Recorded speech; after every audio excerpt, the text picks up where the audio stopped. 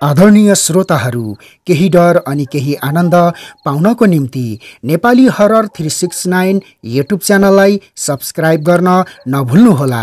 साथै भिडियोमा एउटा लाइक र एउटा कमेन्ट अवश्य पनि गरिदिनुहोला। आउनुहोस् अब लागौं आजको हाम्रो भयानक र दर्दनाक सत्य घटनातर्फ।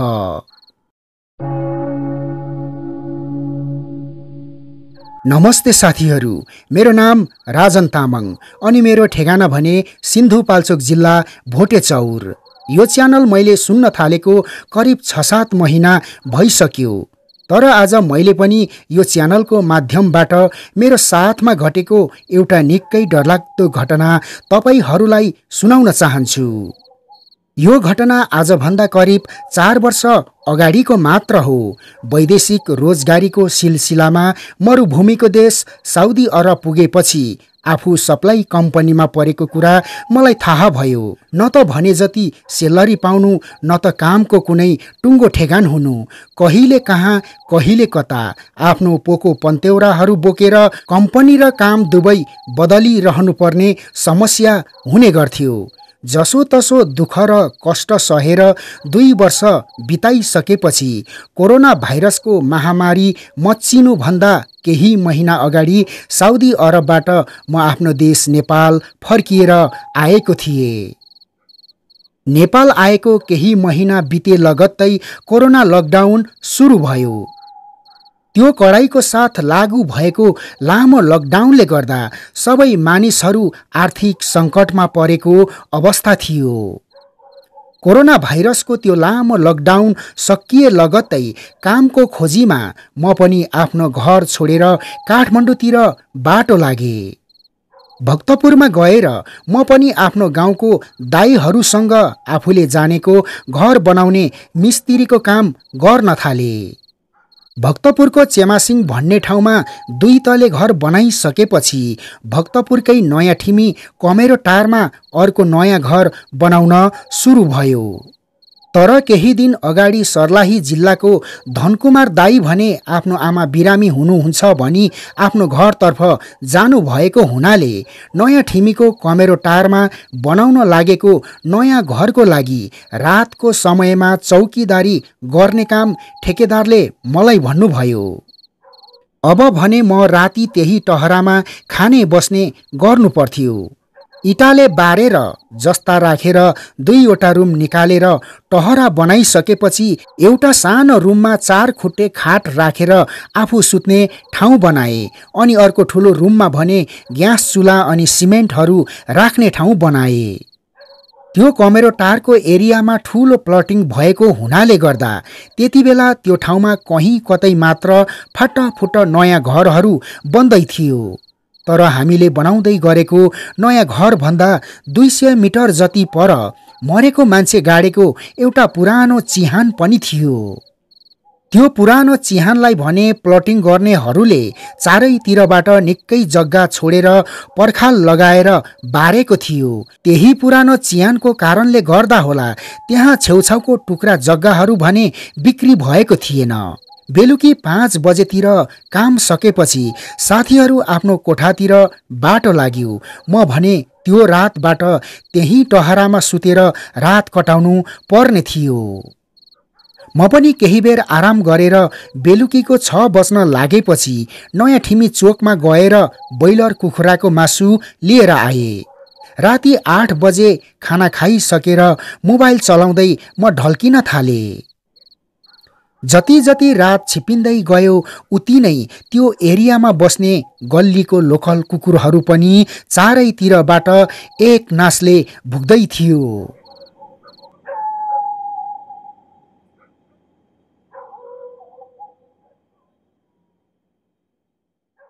त्यो एरियाको खाली जग्गामा दिनभरि बाइक सिक्ने र बल खेल्ने मान्छेहरू भए तापनि रात परेपछि भने त्यो एरिया एकदम सुनसान भएको थियो। पहिलो रात भएर होला मलाई कता कता मनभित्रबाट डर अनि एक्लोपनको महसुस भइरहेको थियो। मोबाइल हेर्दा हेर्दै रातको 10 बजेको मलाई पत्तो नै भएन। अब पिसाब गरेर ढल्किनु पर्यो भनेर म बाहिर निस्किएँ। जस्ताले बारेर बनाएको सानो टोइलेट भित्र पसेर मैले पिसाब गर्दै गर्दा अचानक बाहिरबाट त्यो टोइलेटको ढोका कसैले तानेको जस्तो लाग्यो। जब म टोइलेटबाट बाहिर निस्केर हेर्दा भने त्यहाँ त कोही पनि थिएन। त्यसपछि म अचम्म मान्दै त्यहाँबाट डन्डीहरू राखेको ठाउँमा टर्च लाइट लगाएर एकपटक हेरविचार गरेर म आफ्नो टहरा भित्र गएँ। मनभित्र मलाई कस्तो कस्तो लागिरहेको भए तापनि आफ्नो मनलाई सम्झाउँदै दिमाग शान्त पारेर म निदाउने प्रयास गर्न थालेँ। तर अचानक त्यति नै बेला टहरा बाहिर बलिरहेको बत्ती झिपिक झिपिक झिपिक झिपिक गर्दै बार बार आफै बल्दै आफै मर्दै गर्न थाल्यो। सायद लाइन जान लागेको होला भनेर म अर्कोपट्टि कोल्टे फेरेर निदाउने प्रयास गर्न थालेँ। तर खै किन हो किन त्यो टहराको झ्याल जस्तो राखेको सानो पुवालबाट मलाई कसैले निहालेर हेरिरहेको छ जस्तो लागेर आउन थाल्यो। म जति जति निदाउने प्रयास गर्थे उति नै मलाई त्यो पुवालबाट कसैले एकोहोरो निहालेर हेरिरहेको छ जस्तो लागि नै रहन्थ्यो। त्यसपछि म उठेर एउटा कपडाले त्यो पुवाललाई बन्द गरेर म सुत्न थालेँ। त्यो पुवाल बन्द गरेपछि बाहिर बलिरहेको बत्तीको उज्यालो पनि टहराभित्र छिर्न नपाउँदा निकै अन्धकार छाएको थियो। रातको 11:30 बजेतिर कसो कसो म झपक्क निदाउन पुगेछु। तर मध्यरातमा मेरो सपनामा एकजना डरलाग्दो अनुहार गरेको मान्छे सरासरी टहरामा आएर बिहानको लागि भनेर मैले राखेको त्यो ब्रोइलर कुखुराको मासु पल्लो कोठाबाट निकालेर डरलाग्दो शैलीमा हाँस्दै हाँस्दै खान थाल्यो। त्यो भयानक डरलाग्दो सपना देख्दा देख्दै मलाई त ऐठन पो पर्न थाल्यो। मैले जति नै आफ्नो हात खुट्टाहरू चलाउन खोजे पनि त्यति बेला मेरो हात खुट्टाहरू चल्न भने सकेको थिएन। म आज टहरामा एक्लै सुतेको छु भन्ने मेरो होस हवास पनि आइसकेको थियो। तर मेरो होस हवास आइसक्दा पनि मेरो हात खुट्टाहरू भने त्यति बेला मैले चलाउन सक्ने अवस्थामा थिएन। निकै बेरपछि त्यो भयानक ऐठनबाट मुक्त भएपछि म जुरुक्क उठेर आँखा खोलेर चारैतिर हेर्दाखेरि केही बेर अगाडि म आफैले कपडाले टालेको त्यो टहराको पुवालबाट बाहिर बलेको बत्तीको उज्यालो टहराभित्र छिरिरहेको देखेपछि त्यो ऐठनले गाँजेको मेरो मन मस्तिष्कमा अर्को डर थपिन थाल्यो। मैले खाटमुनि राखेको पानीको जग टिपेर कलकली पानी पिउन थालेँ। फागुनको महिना बिहान बेलुका जाडो नै हुने गर्थ्यो। तर पनि त्यति बेला मेरो पुरा शरीर पसिनाले लपक्क भिजेको थियो। म डराई डराई उठेर टहराभित्रको बत्ती बालेर हेर्दा त्यो टहराको पुवाल टालेको कपडा भने तल जमिनमा झरेको रहेछ। त्यो कपडालाई मैले बेसकन कोचेर त्यो पुवाल टालेको हुनाले हावाहुरीले त्यो कपडालाई जमिनमा झार्न सक्ने कुनै सम्भव नै थिएन। मैले फेरि पनि त्यो कपडालाई टिपेर त्यो पुवाललाई बन्द गरिदिए। त्यसपछि म पिसाब गर्न भनी टहरा बाहिर निस्किँदा चारैतिर शून्यताले राज गरिरहेको कालो रात चकमण्ड थियो। रातको 1 बजिसकेको हुनाले गर्दा आकाशको 3 तारा पनि निकै माथि आइसकेको दृश्य मैले देखेँ। म जसो तसो आफूलाई सम्हाल्दै फेरि पनि निदाउने कोसिस गर्न थालेँ। डर अनि त्रासहरूलाई मनभित्र गुम्साएर छटपटीको कोल्टे फेर्दा फेर्दै म कतिखेर निदाएछु पत्तो नै भएन। एकैचोटि बिहानको 5 बजे मेरो निन्द्रा खुलेपछि मैले उठेर हेर्दाखेरि त्यो पुवाल टालेको कपडा अचम्म लाग्दो गरी फेरि पनि जमिनमा झरिरहेको मैले देखेँ। बिहानसम्म पनि त्यो डर अनि त्रासहरूले मेरो पिछा छोडेको थिएन। बिहानको 6 बजे काम गर्ने साथीहरू पनि आइपुग्यो। म पनि चिया बिस्कुट खाएर साथीहरूसँग काम गर्न थालेँ। काम गर्दै साथीहरूलाई राति आफ्नो साथमा घटेको त्यो घटनाहरू सुनाएपछि केही साथीहरूले मेरो कुरामा विश्वास गरे तापनि केही साथीहरूले चाहिँ मेरो मजाक पनि उडायो। बिहानको 10 बजेपछि साथीहरू खाना खानु आफ्नो रुमतिर बाटो लाग्यो अनि म पनि हात खुट्टा धोएर प्रेसर कुकरमा खाना बसाए। तर मलाई भने अझैसम्म पनि त्यो डरलाग्दो अनुहार गरेको मान्छेले मैले राखेको मासु खाँदै डरलाग्दो शैलीमा हाँसेको त्यो भयानक सपनाको याद झलझली विपना झैँ लागिरहेको थियो।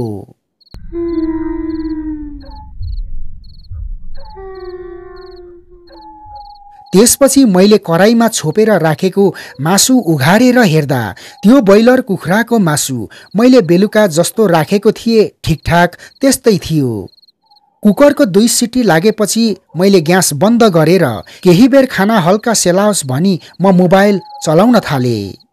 तर मेरो आँखा मोबाइलमा भए तापनि मेरो मन मस्तिष्कमा भने त्यही भयानक सपना र त्यही डरलाग्दो ऐठनको डरहरू उथल पुथल भइरहेको थियो। केही बेर पछि मैले ग्यास बालेर मासु तताउन थाले।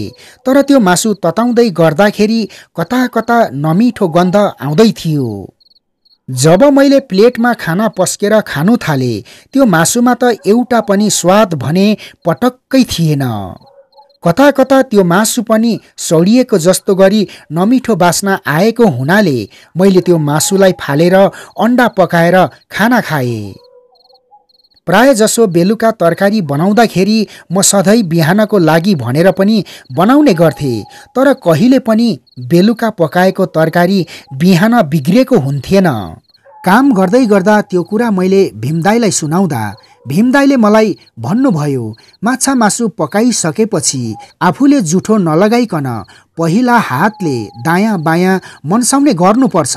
तिम्रो त्यो मासुको स्वाद पक्कै पनि कुनै भूत प्रेत वा पिशाचहरूले खाएको हुनुपर्छ। भीमदाईको कुरा केही हदसम्म मलाई पनि उचित लागेर आयो। त्यो रात मैले दायाँ बायाँ नमन्साइकन मासु खाएको थिएँ। जसोतसो बेलुकाको 5 बजेपछि हामी सबैजनाको छुट्टी भयो। सबै साथीहरू आफ्नो साइकल टिपेर आफ्नो रुमतिर बाटो लाग्यो। म पनि फ्रेस भएर खानादाना बनाउन थाले। तर जति जति रात अन्धकार हुँदै गयो उति नै मेरो मनभित्र पनि डर अनि त्रासहरूको तरङ्गहरू उत्पन्न हुँदै जाने गर्थ्यो। रातको 8 बजेपछि खाना खाएर म आफ्नो खाटमा ढल्किए। तर रातको 11 बजेतिर मेरो टहरा नजिकै मान्छेहरू गुनगुनाए जस्तो आवाज मैले सुने। कतै डन्डी चोर्न पो मान्छेहरू आयो कि भनेर म बाहिर निस्केर चारैतिर घुमी घुमी हेर्न थाले। तर त्यो सुनसान रातमा त्यहाँ ओरपर कोही पनि थिएन। त्यसपछि म चुपचाप लागेर आफ्नो टहराभित्र छिर्दाखेरि त्यो टहराको पुवाल टालेको कपडा फेरि पनि जमिनमा झरिरहेको देखेर मेरो मनभित्र डरले ढ्याङ्ग्रो ठटाउन सुरु गर्यो। अब भने मैले त्यो कपडालाई साइड लगाएर अर्को कपडाले त्यो पुवाललाई टालेर म निदाउने प्रयास गर्न थाले। रातको करिब 1 बज्न लागेपछि म झपक्क निदाएको मात्र थिएँ। तर भूकम्प आए जस्तो गरेर म सुतेको खाट बेसकन हल्लिँदै गरेको निन्द्रैबाट मैले महसुस गरिरहेको थिएँ। तर मैले आँखा खोल्नुभन्दा अगाडि नै अचानक मैले ओढिरहेको ब्ल्याङ्केट मेरो खुट्टापट्टिबाट कसैले समाएर स्वाट्टै तानेको जस्तो लागेर आएपछि म एक्कासी अत्तालिँदै जुरुक्क उठेर हेर्दाखेरि मेरो ब्ल्याङ्केट साँच्चीकै खाटबाट तल जमिनमा झरेको मैले देखेँ। पहिलो रातको भन्दा दोस्रो रातको त्यो डर अनि त्रासहरू मेरो लागि निकै भयानक र दर्दनाक थियो। त्यति बेला रातको 2 पनि बज्न लागिसकेको हुनाले गर्दा रात एकदमै शून्यताको चरम बिन्दुमा पुगिसकेको थियो। भोलिबाट म यो टहरामा बस्दिन भन्ने सोच गरेर जमिनमा झरेको ब्ल्याङ्केट टिपेर म फेरि पनि ढल्किन थाले। मेरो आँखाको निन्द्रा बिच्किसकेको हुनाले गर्दा दुबारा निदाउन मलाई निकै कठिन भइरहेको थियो। तर अचानक बाहिर कुनै बुढो मान्छे खोकेको जस्तो आवाज मैले सुने।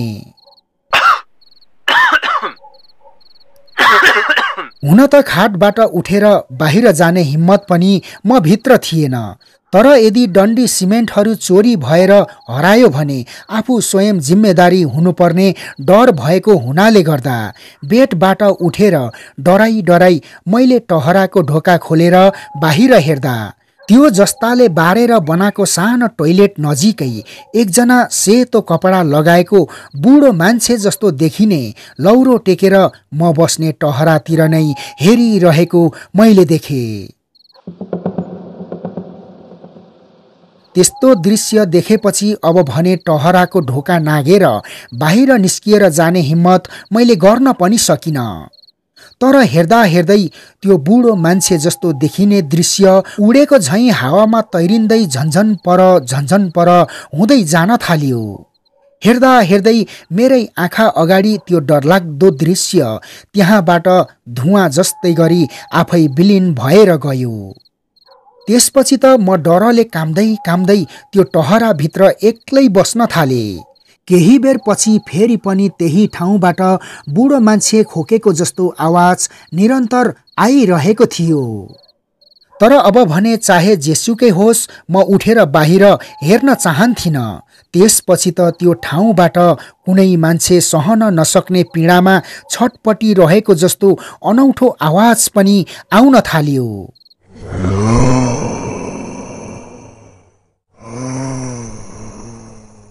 त्यो रात खै किन हो कुकुरहरू पनि चारैतिरबाट अरू बेला भन्दा निकै जोर सोरले भुकिरहेको थियो।